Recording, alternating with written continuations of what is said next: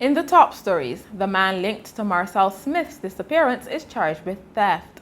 Psychologist says children are traumatized by persistent crime and violence. And it's even Stevens for Barbados and Uruguay in the Davis Cup. Welcome to Nation News for Friday, October 30th, 2015. I'm Natasha Beckles.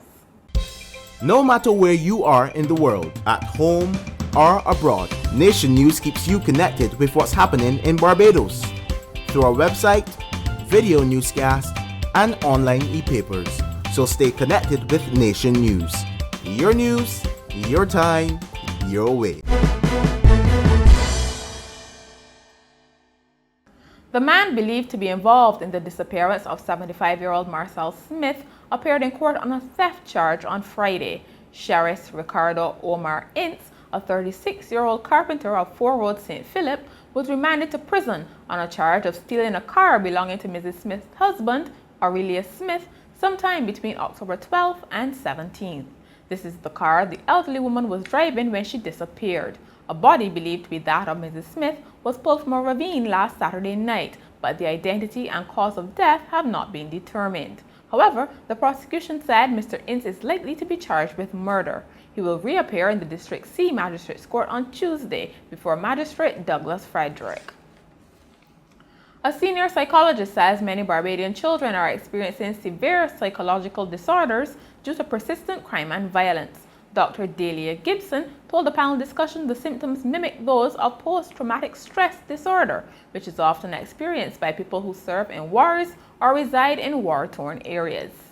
Some of our children, what we're seeing with them are things like disturbances in their sleep patterns, behavior problems, as the sergeant would have alluded to, in terms of delinquent behaviors, aggressive behaviors.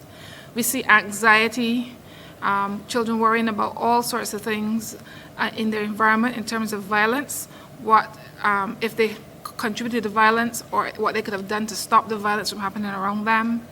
All these things compound a child's development, and it affects them in many different ways in terms of their overall development. Also speaking was President of the Barbados National Council of Parent-Teacher Associations, Sean Gibbs. He said businesses have a role to play in reducing crime. We need to take our programs into the workplaces, and I would suggest the businesses also. You need to make available parenting workshops for your parents, because if you don't get it right at the level of parenting, our children will always go wayward, and we'll have to depend on the long arm of the law to keep them in check. And those who fall on the wayside, we will then have to fund them and support them, whether it be in prison, mental institutions, or otherwise. But we can no longer afford to turn a blind eye to criminal activity, incidences of it, as business persons, because it's impacting on our businesses. And burglar bars, security systems is not enough. The Fair Trading Commission is warning Banks Holdings Limited that it is keeping a close eye on the hostile takeover battle for control of the beverage conglomerate.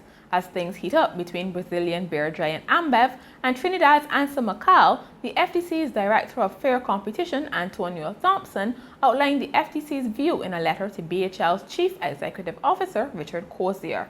The FTC cautioned that any takeover of BHL had to receive the green light from the Commission because of the sizable market share that BHL controls.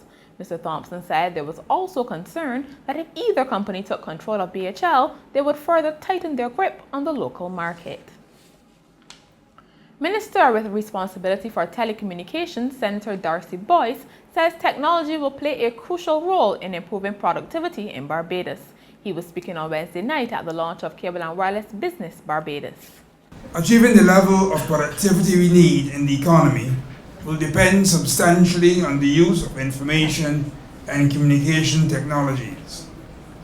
These technologies bring together data, processes, and communications based on information technology to enable more to be done faster and with fewer resources.